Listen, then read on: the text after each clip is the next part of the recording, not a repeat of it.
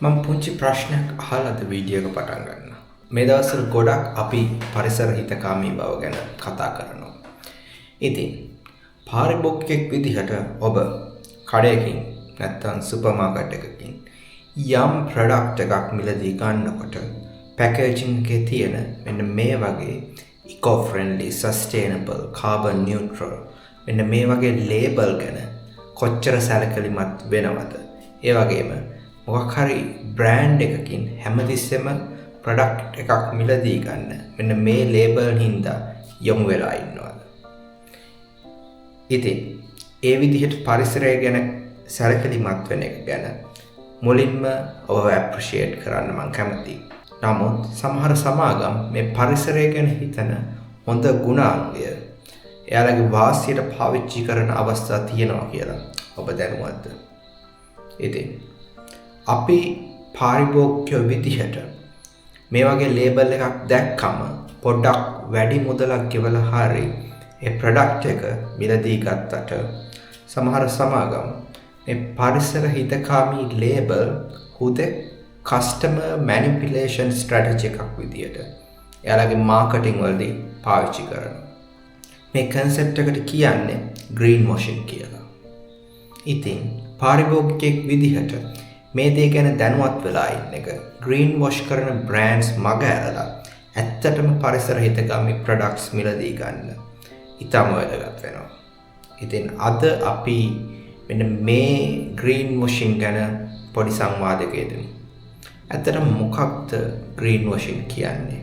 සරලම වචන වලින් කිව්වොත් මේක ඉතාම දක්ෂ මාකටිං ස්ට්‍රැටජි එකක්.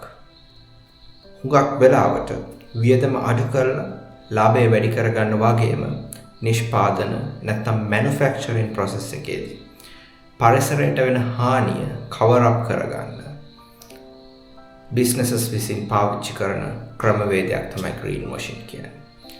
උදාහරණයක් දිහා බලමු. හිතන්නවා හොටෙල් එකකට යනවා. ගියාම රිසෙප්ෂන් එකෙන් හරි රූම් සර්විස් එකෙන් හරි ඔයාලට කියනවා ඔයාලට දෙන ටවල්ස් රීයුස් කරන්න කියලා. මේකට හේතුව විදිහට යාලා කියන්නේ පරිසරය ආරක්ෂා කරගන්න එක. මතු පිටින් බැලුවම කතාව ඇත්ත. මොකද රෙදි හොදන්න එනර්ජි එකක් යනවා. ඉතින් ටවල්ස් රීයුස් කරාම එන්නේ ඒ එනර්ජි එක ඉතුරු වෙනවා. නමුත් බිස්නස් එක මේ දේ දකින්නේ මේ විදිහටමද? ප්‍රශ්නේ තියෙන්නේ අන්න එතන. හොටෙල් එකෙන් මේ විදිහට රීයුස් කරනවට අර කිසිම ඩිස්කවුන්ට් එකක් දෙන්නේ නැහැ. එහෙනම් හොටෙල් එකේ මූලික අරමුණ කස්ටමර්ගේ තියෙන පරිසර හිතකාමී බව කියන දේ එයාලගේ මාකටිං නැත්නම් මැනිපියුලේෂන් ස්ට්‍රැටජි එකක් විදිහට පාවිච්චි කරලා බිස්නස් එකේ ලොන්ඩ්‍රි කොස්ට් එක අඩු කරගෙන ලාභය වැඩි කරගන්න එක. අන්න ඒකයි මේ දේ ග්‍රීන් වොෂින් කියන කැටගරි එකට වැටෙන්නේ. බිස්නස් එකේ ඉන්ටෙන්ෂන් එක ගැනයි ප්‍රශ්නේ තියෙන්නේ. මොකද එයාලගේ ඉන්ටෙන්ෂන් එක පරිසර හිතකාමී බව නෙමෙයි. හුදෙක් ලාභය වැඩි කර ගැනීම. නැත්නම් කොස්ට් එක අඩු කර ගැනීම. මම මේ කිව්වේ 80 දශකයේ මුලින්ම ග්‍රීන් වොෂින් කියන කන්සෙප්ට් එක පාවිච්චි වෙච්ච විදිහ. මේකට සමාන උදාහරණයක් අද අපි ජීවත් වෙන පරිසරයෙන් දුන්නොත් හිතන්නවා අලුතෙන් ස්මාර්ට්ෆෝන් එකක් මිලදී ගන්නවා. ඉස්සර වගේ ස්මාර්ට්ෆෝන් එකක දැන් charging adapter එකක් ලබා දෙන්නේ නැහැ. ඒ තුල ඔයාට කිසිම මිල අඩුවීමක් හෝ ඩිස්කවුන්ට් එකක් මැනුෆැක්චරර් එකෙන් ඔයාට හම්බෙන්නේ නැහැ. ඒ වගේම ෆෝන් එක charge කරන්න පුළුවන් උපරිම වේගයෙන් නැත්නම් අඩුම කාලයෙන් ඔයාට charge කරන්න ඕනේ නම් එයාලා අලුතෙන්ම රිලීස් කරන charging adapter එක පාවිච්චි කරන්න වෙනවා කියන දේ ඒගොල්ලෝ ඇඩ්වර්ටයිස් කරනවා. නමුත් කම්පැනිස් මේ ඇඩැප්ටර් එක ඔයාට නොදීම මාකට් කරන්නේ නැත්නම් එයාලගේ ඇක්ෂන් එක මාකට් කරන්නේ ඒ වගේ මේක සාධාරණීකරණය කරන්නේ පරිසරය ආරක්ෂා කරගන්න ගත්ත පියවරක් විදියට. අවසානයේ මොකක්ද වෙන්නේ? ඔයාට ෆෝන් එක ගන්නවට අමතරව charging adapter එක වෙනම ගන්න වෙනවා. මේ හරහා කම්පැනි එකේ ලාභය වැඩි වෙනවා වගේම separate packaging පාවිච්චි කිරීම නිසා අතිරේක අපද්‍රව්‍ය ප්‍රමාණයක් පරිසරයට එකතු වෙනවා. ඉතින් අද වෙද්දී green washing කියන්නේ මෙන්න මේ වගේ large scale businesses එයාලගේ නිෂ්පාදන ක්‍රියාවලියේදී පරිසරයට වෙන හානිය වහගන්න බිලියන ගණන් මුදල් වියදම් කරලා කරන මාකටිං කැම්පේන් එකක්. ඒ වගේම යාළගේ ලාභය වැඩි කරගන්න කස්ටමර් මැනිපුලේට් කරන ඊටාම සූක්ෂම ක්‍රමයක්. මේක කලින් කිව්ව පරිසර හිතකාමී ලේබල් පැකේජින් එකේ පෙන්නන වගේ එහාට ගියලා සමාජ සත්කාර නැත්තම් සෝෂල් ප්‍රොජෙක්ට්ස් විදියට අපිට දකින්න පුළුවන්. උදාහරණයක් විදිහට කම්පැනි එකකින් ඕගනයිස් කරන රුක් රෝපණ වැඩසටහනක්.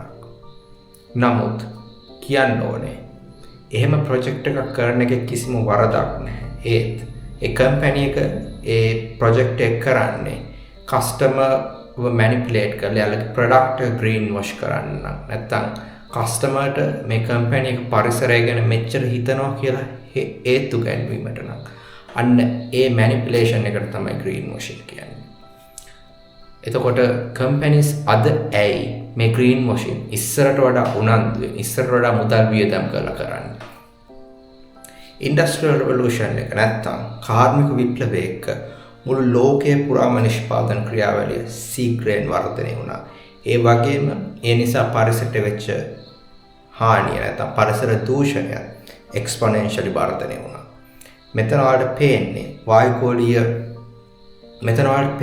වායුගෝලයේ කාබන් ඩයොක්සයිඩ් ඒ විදිහට වැඩි වෙච්ච විදිය. මේකේ ප්‍රතිඵලය උනේ අද මුළු ලෝකයටම ප්‍රශ්නයක් වෙලා තියෙන ගෝලීය උණුසුම වැඩි වීම. එහෙම නැත්තම් ග්ලෝබල් වෝර්මින්. දේශගුණ විපර්යාස climate change. මේ දේවල් එක්ක අද වෙද්දී මුළු ලෝකේ පුරාම පරිසර හිතකාමී බවගෙන ලොකු කතා බහක් ඇති වෙලා තියෙනවා. ඉතින් හැමතිස්සෙම ලාභ මූලික කරගත්ත ව්‍යාපාරවලටත් මේ කතා බහ තුළ සවයිව් වෙලා යාළගේ නිෂ්පාදන වලට වෙළඳපොළ තියෙන ඉල්ලුම අඩු නොවි පවත්ව ගන්න ඕනේ නම් ඒගොල්ලන්ට යාළගේ මාකටිං වල පොඩි වෙනසක් කරන්න සිද්ධ වෙනවා. ඉතින් ඒගොල්ලෝ මේ ලෝකෙම කතා වෙන පරිසර හිතකාමී බව මාකටිං ස්ට්‍රැටජි එකක් විදිහට පාවිච්චි කරන එක තමයි ග්‍රීන් වොෂින් වලදී කරන්නේ.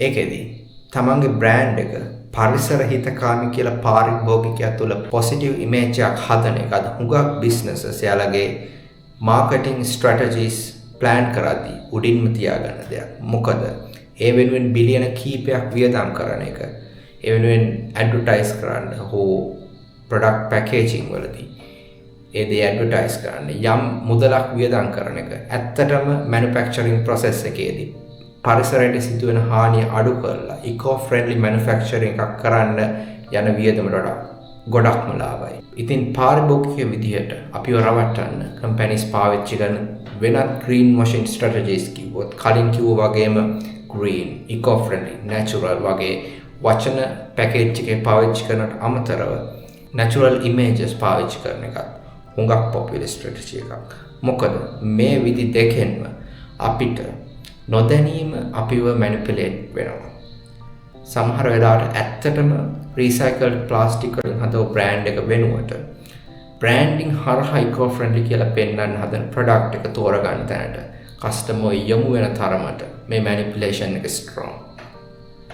ඊට අමතරව තව green washing strategy එකක් තමයි product එකේ තියෙන පරිසර හිතකාමී පැත්ත විතරක් ඊටාම ලොකුවට advertise කරලා පාරිභෝගිකයට නැත්නම් කස්ටමර්ට පෙන්නනවා.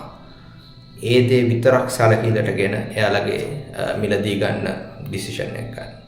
ඒකෙදි ප්‍රොඩක්ට් එකේ තියෙන පරිසර හානිය negligible කියන තැනට නැත්තම් නොසලකා හරින්න පුළුවන් කියන තරමට කස්ටමර් හිතන විදිහට ප්‍රොඩක්ට් එක මාකට් කරනවා. උදාහරණයක් කිව්වොත් electric vehicles. හුඟක් අයට electric vehicles කියවම මුලින්ම මතකෙට එන්නේ zero emission කියන පරිසර හිතකාමී සාධකය විතරයි. ඒකට හේතුව මාකටිං හරහා මේ වාහනවල පාවිච්චි වන බැටරි නිෂ්පාදනයේදී පරිසරයට නිකුත් වන අපද්‍රව්‍ය පරිසරයට ඊටම හානිකර අපද්‍රව්‍ය ගැන වගේම නිෂ්පාදනයේදී පාවිච්චි වන ඊටම දුර්ලභ මිනරල්ස් නැත්නම් ඛනිජ ද්‍රව්‍ය ගැන කස්ටමර් නොහිතන තැනට මාකටිං හරහා ප්‍රොඩක්ට් එක ග්‍රීන් වොෂ් කරනවා. තව ග්‍රීන් වොෂ් කරන ක්‍රමයක් තමයි කිසිම පදනමක් නැති නමුත් එකපාර අපි දැක්කම මේ ප්‍රොඩක්ට් එක හරි ඉකෝ ෆ්‍රෙන්ඩ්ලි කියලා හිතන විදිහේ ලේබල්ස් පැකේජ් එකේ ඇඩ්වර්ටයිස් කරන එක සහ ඒ දේවල් ප්‍රමෝට් කරන එක. මම උදාහරණයක් දෙන්න. ඔයාලා ෆ්‍රිජ් එකක් ගන්න යනවා කියලා හිතන්න. මේ ෆ්‍රිජ් එකේ ගහලා තියෙනවා CFC එහෙම නැත්නම් ක්ලෝරෝෆ්ලුරෝකාබන් පාවිච්චි කරන්නේ නැහැ කියලා. මේක ඉතාම හානිදායක ග්‍රීන් හවුස් ගෑස් එකක්. නමුත් මුළු ලෝකෙම CFC පාවිච්චි කරන එක නවත්තලා දැන් දශක ගණනාවක් වෙනවා. ඉතින් ඒ වගේ දෙයක් පාවිච්චි කරන්නේ නැහැ කියලා අද මාකටිං වලදී පාවිච්චි කරන එක හරියට වතුර බෝතලයක 0% poison කියලා ඇඩ්වර්ටයිස් කරනවා වගේ. ඒ කියන්නේ ඒකේ කිසිම පදනමක් නැහැ. සමහර විට දැන් ඔයාට හිතනවා ඇති ඉතින් මේ දේ ඇයි මෙච්චර කතා කරන්නේ? මොකද්ද ග්‍රීන් වොෂින් වල තියෙන හානිය? අඩුම තරමේ එහෙම හරි පරිසර හිතකාමී වෙන්න උත්සාහ කරන එක වැරදිද? උත්තරේ තමයි ඔව් ඒක වැරදි. මොකද අද වෙද්දී ලෝකයේ ගොඩාක් දේශගුණ විපර්යාස එහෙම නැත්නම් climate change නිසා පීඩා විඳිනවා. ඉතින් පෘථිවියේ අනාගතයක් ගැන අපි හිතනවා නම් අපි හැමෝම මාකටිං වලින් ඔබට ගිහිල්ලා ඇත්තට පරිසර හිතකාමී ජීවිත ගත කරන එක වැදගත් දෙයක් නෙවෙයි, අනිවාර්යෙන්ම කළ යුතු දෙයක්. ග්‍රීන් වොෂින් හරහා වෙන සමාජයේ නොමග යැවීම නිසා මිනිස්සු කොච්චර පරිසර හිතකාමී වෙන්න හැදුවත් ඇත්තටම ඒ දේවල් වල කිසිම ප්‍රතිඵලයක් පරිසරයට ලැබෙන්නේ නැති තැනටපත් වෙනවා. අවසානයේ මිනිස්සු තමන්ගේ ජීවන රටාව වෙනස් කරගෙන පරිසරය ආරක්ෂා කරන්න වෙන මහන්සිය ඊටම නිෂ්ඵල උත්සාහයක් විතරක් වෙනවා. ඒ වගේම ලෝකයේම පීඩා විඳින දේශගුණ විපර්යාස එන්නම දරුණු වෙනවා. අවසානයේ ව්‍යාපාර සහ ඒ වගේ හිමිකරුවන් පෝසත් වෙලා මුළු ලෝකෙම දවසින් දවස අපි නොදැනම මේ ග්‍රීන් වොෂින් නිසා විනාශයට යනවා. තවත් නරකම දෙයක් තමයි ඇත්තටම පරිසරය ගැන හිතන සමාගම් හඳුනගන්න පාරිභෝගික වශයෙන් අපිට මේ ග්‍රීන් වොෂින් කියන දේ නිසා නොහැකි වෙන එක. සහ ඇත්තටම සිදුවිය යුතු policy changes නැත්නම් පරිසර හිතකාමී ප්‍රතිපත්ති ක්‍රියාත්මක කරවීමට සමාජයෙන් එන්න ඕන පුෂ් එක නැත්නම් පෙළඹවීම නැති වෙලා යනවා. මොකද සමාජයේ පෙළඹෙනවා දැනටත් අපි ඊටම පරිසර හිතකාමී ජීවිත ගත කරන්න කියලා හිතන තැනට. ඉතින් කොහොමද අපි ග්‍රීන් වොෂින් වලින් බේරිලා පාරිභෝගික විදියට ඇත්තටම පරිසර හිතකාමී ජීවිතය ගෙවන්නේ? මේ වගේ ලේබල් වලින් ඔබට ගිහින් අදාළ ප්‍රොඩක්ට් එකට එහෙම ලේබල් එකක් ඩිස්ප්ලේ කරන්න තරම් දත්ත මත පදනම් වෙච්ච බෑග්ග්‍රවුන්ඩ් එකක් තියනවාද කියලා පොඩක් ඉන්ටර්නෙට් එකේ ඔබට හොයලා බලන්න පුළුවන්. මේ දෙයට ලොකු කාලයක් යන්නේ නැහැ. විනාඩි 5ක 10ක විතර පොඩි Google search එකකින් ඔබට දැනගන්න පුළුවන් මේ ප්‍රොඩක්ට් එකට ඇත්තටම මේ වගේ දෙයක් ඇඩ්වර්ටයිස් කරන තරම් බෑග්ග්‍රවුන්ඩ් එකක් තියනවාද කියලා. ඒ වගේම මේ වගේ buzzword නැත්තම් අපේ ඇහැ ඇදගන්න වචන මත පදනම් වෙන්නේ නැතුව ඔයාලා මිලදී ගන්න ප්‍රොඩක්ට් එකේ ස්පෙસિෆිකේෂන්ස් පොඩ්ඩක් කියවලා බලන්න පුරුදු වෙන්න. ඒ වගේම අවසානයේ ප්‍රොඩක්ට් එකට අමතරව කම්පැනි එක සප්ලයි චේන් එක, පැකේජින් මැටීරියල්ස්, ශ්‍රම භාවිතය මෙන්න මේ දේවල් වලදී කොච්චර හානියක් පරිසරයට සිද්ධ කරනවද කියලා පොඩ්ඩක් හොයලා බලන්න පුරුදු වෙන්න. මේ හැම දෙයකදීම හුදෙක් සෝෂල් මීඩියා පෝස්ට්ස් වගේ දේවල් මත පදනම් වෙන්නේ නැතුව trustworthy නැත්නම් විශ්වාසදායක resources පාවිච්චි කරන්න. සමහර විට මේ දේවල් කරන්න ඔබට වෙලාව නැති වෙන්න පුළුවන්. නමුත් මේ වගේ පොඩි online research එකක් කරන්න ඔබට ඔබගේ ඉස්කෝලේ යන හෝ විශ්වවිද්‍යාලය යන දරුවෙක්ගේ උදව්ව ඉල්ලන්න පුළුවන්. මොකද ඒ වගේ soft skill එකක් develop කරගන්න එක ඒ දරුවාගේ අනාගතයටත් ලොකු උදව්වක් වගේ. ඉන්ටර්නෙට් එක කොහොමද කාලය නාස්ති කරන දෙයකින් ඔබට ගිහිල්ලා වැදගත් නැත්නම් ඵලදායී කාර්යයකට පාවිච්චි කරන්න කියලා ඔවුන්ටත් හොඳ පුහුණුවක් ලබා දෙන්න තියෙන අවස්ථාවක්. ඉතින් වීඩියෝ එක ඉවර කරද්දී මට කියන්න ඕනේ කස්ටමර් කෙනෙක් විදියට ඔබ පරිසර හිතකාමී බව ඉහළින් අගය කරනවා නම් ඒක ඊටාම විශිෂ්ට දෙයක්. අවාසනාවට සමහර ව්‍යාපාරවලට පරිසර හිතකාමී බව කියන්නේ තව එක ලාභ ලබන මාර්ගයක් විතරයි. ඉතින් ප්‍රොඩක්ට් එකක් මිලදී ගන්නකොට පැකේජ් එකේ ක්ලේම් කරන ඉකෝ ෆ්‍රෙන්ඩ්ලි බව ඇත්තටම ඒ කම්පැනි එකට ඒ ප්‍රොඩක්ට් එකේ තියනවාද කියලා පාරිභෝගික විදියට අපිට හොයලා බලන්නද සිද්ධ වෙලා තියෙනවා. ඔබ ඇත්තටම පරිසරය ඊළඟ පරපුරට ආරක්ෂා කරලා දෙන්න ඕනේ කියලා හිතන කෙනෙක් නම් green washing වලින් manipulate වෙන්නේ නැතුව product එක ගැන පොඩ්ඩක් research එකක් කරලා බලන්න. ඒක ඇත්තටම කියන තරම් පරිසර හිතකාමීද කියලා හොයලා බලන්න. මම හිතනවා ඔබ කලින් නොහිතපු පැත්තක් ගැන පුංචි මතක් කිරීමක් කරන්න මට මේ වීඩියෝ එකෙන් පුළුවන් වුණා කියලා. ඉතින් ඉස්සරහටත් මේ වගේම එදිනෙදා ජීවිතයට වැදගත් වෙන දේවල් ගැන අපි කතා කරමු. එහෙනම් channel එක subscribe කරලා තියාගන්න. ඒ වගේම මේ පණිවිඩය තව කෙනෙක්ට වැදගත් වෙයි කියලා ඔබට හිතෙනවා නම් share කරන්නත් අමතක කරන්න එපා. ඒ විතරක් නෙමෙයි. ඔයාලගේ මේ සම්බන්ධ අත්දැකීම් තියෙනවා නම් පාල comment section එකේ share කරන්න. මොකද ඒක තව කෙනෙක්ට අනිවාර්යයෙන්ම වැදගත් වෙයි. එහෙනම් ඊළඟ වීඩියෝ එකේදී අපි හම්බෙමු. ස්තුතියි. Nandri. Thank you.